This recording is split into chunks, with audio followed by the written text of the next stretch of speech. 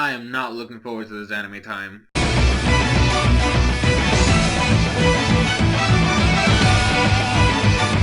Yo, what is up, Crockxen clan members, anime fans, and others who have stumbled upon this video? I'm SoresanCrockxen, and today, like I said, we're back with anime time with yours truly.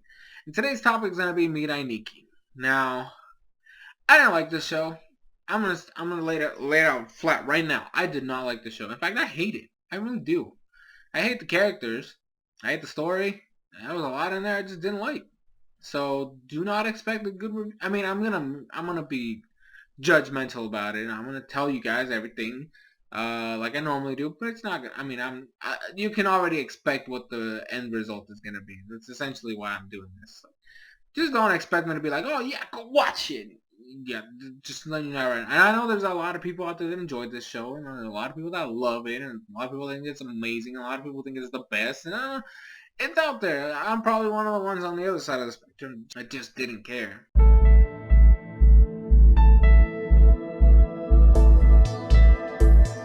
So the premise of the show is we're in this weird world where it's ending. The world is literally dying. And we meet God, named Deus, who creates a game involving 11 people, and they have to kill each other. They all have diaries. They all keep diaries. Some have cell phones. Somebody has a scroll. Somebody... there was... for the most part, most of them use phones.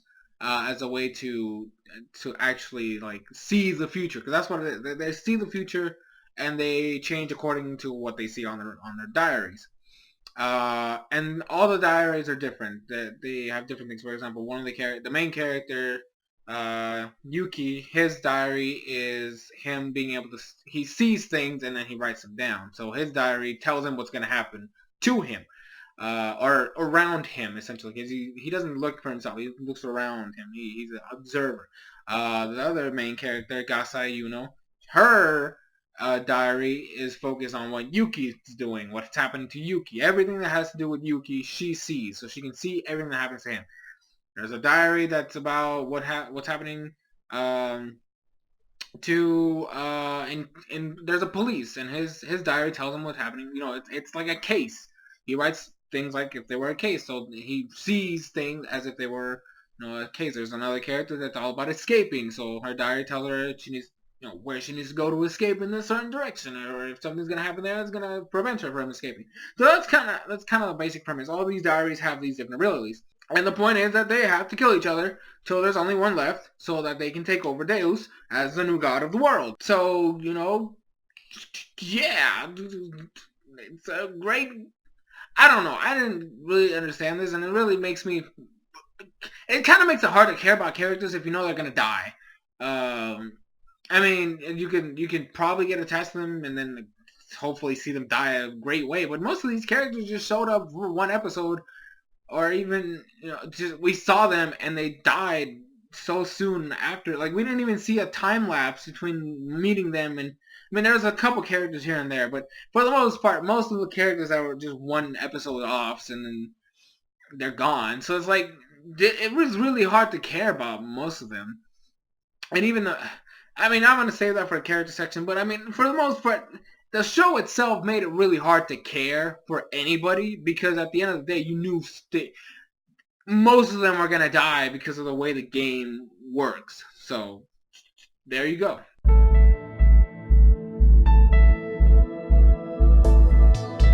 Now the animation and music. The music, honestly, I can only remember one track. I didn't like the opening. I hated the ending even more. But like I said, there was only like one track I can kind of remember, and it's not even that memorable itself. The animation, because of the way the show is set up, it's supposed to be like very, you know, gorgy and dark and depressing. There was not a lot of light per se. Most of the stuff that happens like either at night or really late, you know, when or the inside buildings that are really dark. Most of the scenes that were in the morning just had no purpose, for the most part. Like, if it wasn't like dark or gloomy, nothing of interest was gonna happen, because all the stuff happened. Well, at least until the later half, like near the end of the series, where a lot of the stuff happened in the morning. But for the most part, for the first half and a little bit more of the show, if it wasn't happening at night, nothing was gonna happen. Nothing interesting, nothing storytelling, nothing dark and gloomy, nothing that had propelled anything forward. So it was really weird, the animation itself, because they had to light everything so like dim to give that effect of, oh, something bad's gonna happen, and it wasn't appealing. Like it wasn't like attention grabbing, because you know how what the colors attract you because you're like, oh my gosh, it's bright, and it's like, oh my gosh, this is beautiful or amazing. When you do like dark and gloomy all the time, there's nothing in there that just grabs your attention. It's like, and because of your show's premise, it's supposed to be centered around this dark colors. You already know what's gonna happen, so it's like, if it's bright out, well, you're just gonna be watching something happen random. But if it's dark, you already know somebody's gonna die, or something's gonna happen, something's gonna get blown up, or it it was very obvious something was gonna happen, especially with the characters involved. You were like, okay, so this person's gonna happen, this is gonna happen to them, and this is gonna happen to them. Granted, you're not gonna like be 100% true, but you know a general idea of what's gonna happen. That kind of ruins it most of the time, at least for me.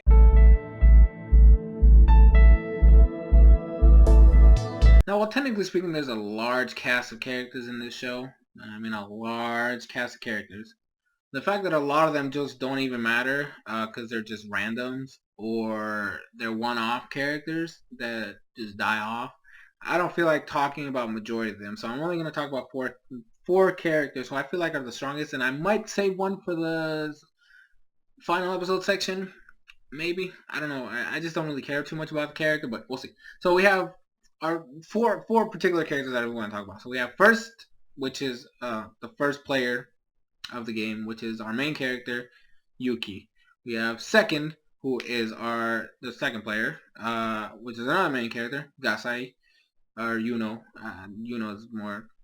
We have ninth, so the ninth player, who is Uryu, and then we have Murmur, who is like God's right hand chick, elf thing. I don't know what the heck she was, but she's supposed to be like his helper. So those are the four characters I want to talk about. Deus, I can kind of go over really quick. Deus is just an old, weird-looking old man. And he's not even a man. He's a guy, but they made him look weird, and he really didn't have too much of a purpose overall.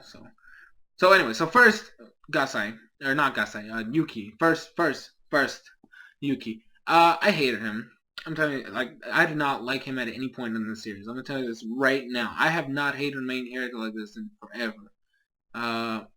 Mainly because he was a whiny little bitch. Now, when I was watching the show in the beginning, I kind of compared him to Ganta from Dead Man Wonderland.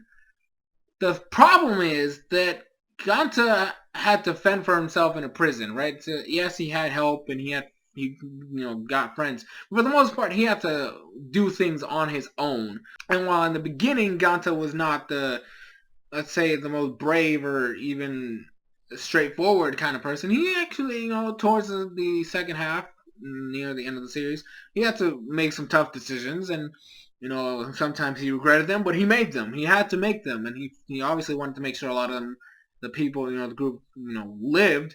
But for the most part, he had to do what he had to do. Yuki, on the other hand, was literally the same character until around like episode 20, and even then, it was a fake. It was a facade. Like he didn't change himself. He was still the same way, but he had a fake version of himself in front of the opposing side, which just made him like even worse than before. Because it's like, so you're telling me you have the ability to change yourself and actually act like a competent character, but you're not gonna do it. That's the only thing I got from him. He was the same character from start to finish. He had no willpower until literally, I think the last episode was the only time he ever did something for himself. And even then, it was just depressing as fuck. So, I'm just saying, he as a character just failed on so many levels because he realistically had no mind. He could not think for himself. He could not act for himself. And he could not do anything for himself. it was. I mean, I know that is technically a character trait, and some people just need others, but not like him. Okay, he had plenty of chances to do things, and he never did anything. And then there was always a cycle with him, because okay, so him and Yuno are supposed to be like lovers for like specific. They're in the series. They're supposed to be lovers. But they do this in like 3 different arcs where something happens where we see some of Yuno's past or something gets revealed or something happens with Yuno that makes him fear her. And then literally like maybe the next episode or the episode after that he's back with her again and then do the same process all over again where he freaks out of her. If he freaks out because of something and leaves her and then comes back to her again. It was like repetitive as hell. Like the character was just really badly done. In my opinion, there was just no salvaging him. Now, second, was actually my only, I can't say favorite character. This is the only character I liked. She was psychotic, but it at least made some kind of fun for the show because everything else was just boring as fuck. She made the show at least somewhat fun because, well, she's a psycho. She's literally a psychopath. Uh, everything is for Yuki, obviously, but her way of doing things is not the correct way to do things. Okay, honey, she she obviously murdered a majority of the people that they were supposed to kill. Like Yuki never, I don't think Yuki ever killed one of the bad guys per se. It was always, and so that she was the headstrong one. She was the one that's doing all the work. So it kind of made her at least somewhat interesting because at least I saw her doing something, and she was actually very true to herself until like the end. And I'm gonna get into that with the final episode section. But I just let you know that was really the only character I actually liked in this series. Now Yuryu, she almost had a chance at being relevant enough for me to care. Because she was, like I said earlier, there were some characters that did not die the first episode they showed up. And Uryu was a perfect example of that. She is the escape artist. That is her nickname. Now, her character is all about, she's actually a very explosive kind of personality. She's also not very true to herself sometimes, or she regrets. There was a guy who she fell in love with but didn't want to admit it. And then, man, she didn't trust anybody. And she was all out for him. She was out for herself for the majority of the part, which I kind of, like I said, I kind of was cool with that because like it's all for yourself, you're by yourself. There's only one winner, so her mentality was, I guess, she has to survive. That was literally the way she was. She has to survive. And that was kind of, I mean, with the times we saw her, she was okay, but then they did something and just ruined her, and then it was all lovey-dovey nonsense that they did, and it just was awful. It was just not. I don't know. I didn't. And then at the end, they did this something to her that just made me go, what? And like I said, there's gonna be fun episode stuff that I'm gonna talk about, but it's just weird. And then she just fell. She fell. And then last we have Moon, who's, like I said, she's like the sidekick of God.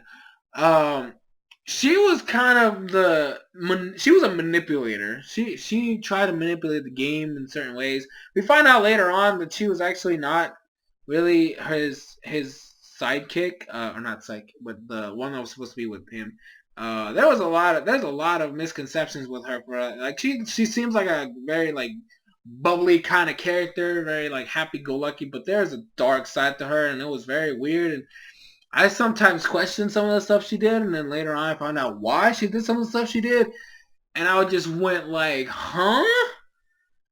And then I just got lost. And honestly, there's just no explanation for a lot of these characters, especially hers, because hers came out of nowhere.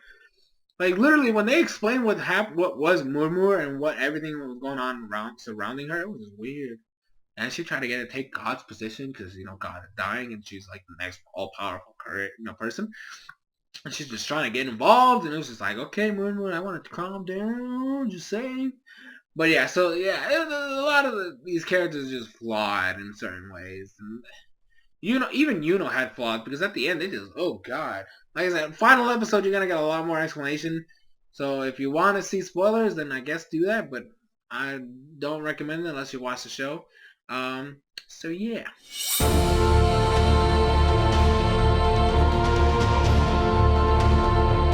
Okay, so I decided not to talk about the other characters. I really just do not care about him at all. At all. So, final episode stuff. So, basically the last mini couple episodes.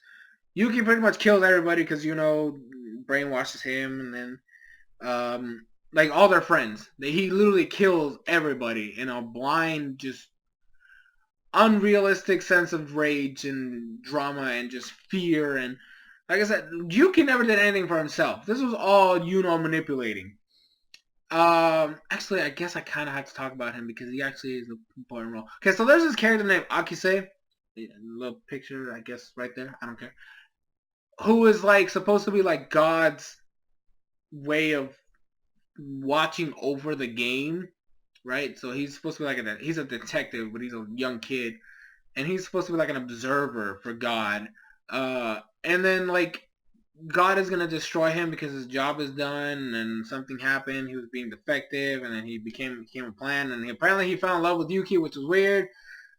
Because they didn't show any explanation for any of this. And then he kissed Yuki in order to make Yuno jealous, but then he died because he got his head chopped off. And then it was just a mess. And then after that, Yuno and Yuki had sex, and then like they were planning to kill each other so that nobody would win, and then they would just have a happy ending. But then he didn't let she asked him to kill her first, but then he didn't do it, and then she freaked out, and we find out that is not even from this world.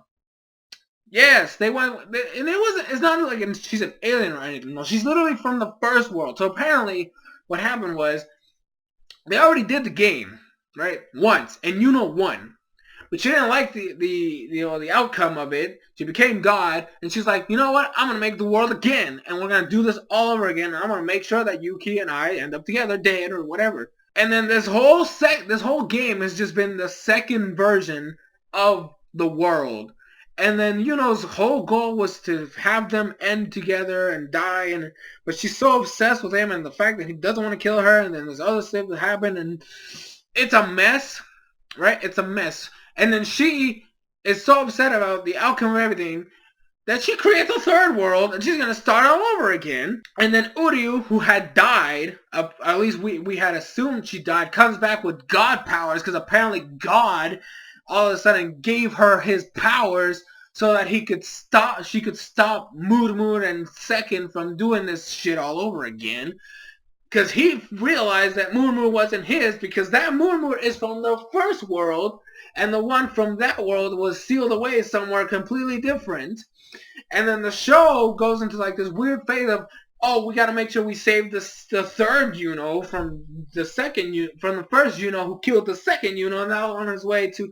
So see what I mean? There was just a jumbled up mess that they try to jam in at the last like 3-4 episodes of the show that just made it so inconsistent and incoherent. I just did not know where they were going, and it was really hard to follow. So it was like, you give me a crappy first half, storyline from the very beginning, and then you just make a cold jumbled up mess that was completely unnecessary at the end. And then it becomes even worse because they end up saving everybody, because then Uryu calls up all the members of the 11, well, not the 11, because there's her and the first, second don't matter. Like everybody else, right? She calls everybody else to let them know about certain things, or at least the ones that are good, for example.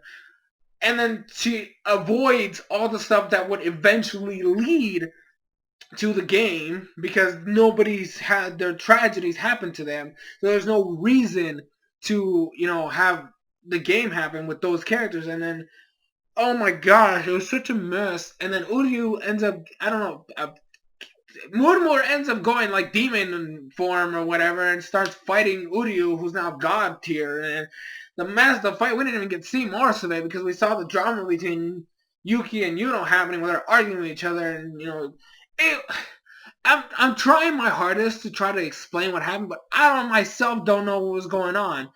All I know is that Yuki asked Yuno to kill him so that she can win and have this over and done with. But Yuno kills herself, making Yuki the winner. And then he just goes into like second world, and the world dies, and he doesn't care, and he's depressed because Juno's dead. And then in the third world that they have no access to anymore, everybody is separate, and then Yuki ends up with some other girl, not Yuno, and Yuno's feeling like there's something missing in her life, and it's Yuki, but she doesn't know that, and then everybody else is just happy, and Yuki's in the void with Murmur number 2, and they're like, oh my gosh, I'm so bored, and he's like, and it just ends. It just ends with him staring at his cell phone and Murmur bored to death. How is that an ending? That is not an ending. That is the most boring ending I've ever seen in my life. Like, if you're gonna make a depressing ending, at least make it interesting. This was boring. I'm being serious. This was boring. There was no, you had an incoherent ending, and it was just, and then the ending itself was just boring. I don't know how to, I don't know how better I can describe this, guys. I really don't. It was so bad. So in conclusion, I didn't care for this show. I didn't like it. I hated it, actually. My cousin recommended it to me and made it even, like, honestly, I was just going in already knowing, okay, this is going to be gory, bloody, and dead everywhere, and just going to be standard stuff that he likes to throw at me, and it was actually worse than I thought it was going to be. I thought it was at least going to be somewhat decent, but no, it was horrible. I didn't care for most of the characters. I only cared about one character, and then it just completely botched her at the end. And then it's like, it made it to where I probably shouldn't have cared about her in the first place, because they just turned her into this weird, I have no idea, God mode thing. Came out of nowhere and tried to do this alternate dimension, different second world, third world bullshit. And it just ruined it. Like, it ruined what was already a horrible story. And I didn't think it was possible. I really didn't. I was in shock when I was like, oh God, they actually made it worse. I didn't think it was possible. So, obviously, you should already know what I'm going to say. Don't bother with this show. My recommendation is don't bother with it. Honestly, it's just really, really bad. Really incoherent. Really sloppy. And that ending, it just made no sense. It really didn't. It just came out of nowhere. There was no explanation, no build-up, there was nothing that would explain what happened. I don't know why they did that. I really don't. I'm confused. But what can you do about it? The show's over. But if you want to watch it, even though, I said don't bother with it. If you really want to watch it, I'm going to still leave the link in the description to Funimation where you can watch it. Maybe you can see something in it that I didn't, but honestly, I'm never watching this again, so it doesn't even matter if you guys watch it or not. But oh God. For me, it's a thumbs down. Straight up, like, one of the worst. It's actually one of the worst shows I've ever seen in my life. It's not the worst one. I've definitely seen one that was worse.